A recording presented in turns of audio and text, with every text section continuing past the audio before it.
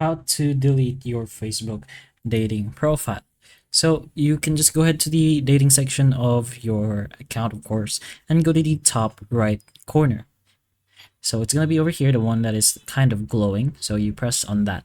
Over here, you're going to go ahead inside settings right below dating preferences. And right in the account section, you will find the delete profile option. So you're going to have to read this first since it's pretty much just asking you if you are sure you want to delete your profile, since you may not be able to create a new dating profile for a certain period of time, and your dating profile, photos, prompts, and everything else will be deleted.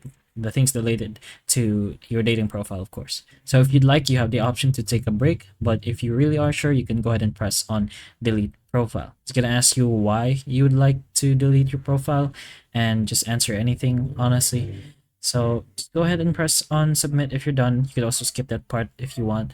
And that's pretty much it. You can go ahead and delete your profile and just answer all of these questions. And once everything is done loading, your Facebook dating profile will now be deleted. So hopefully this video helps. If it can, please like and subscribe for more videos like this, and that's all.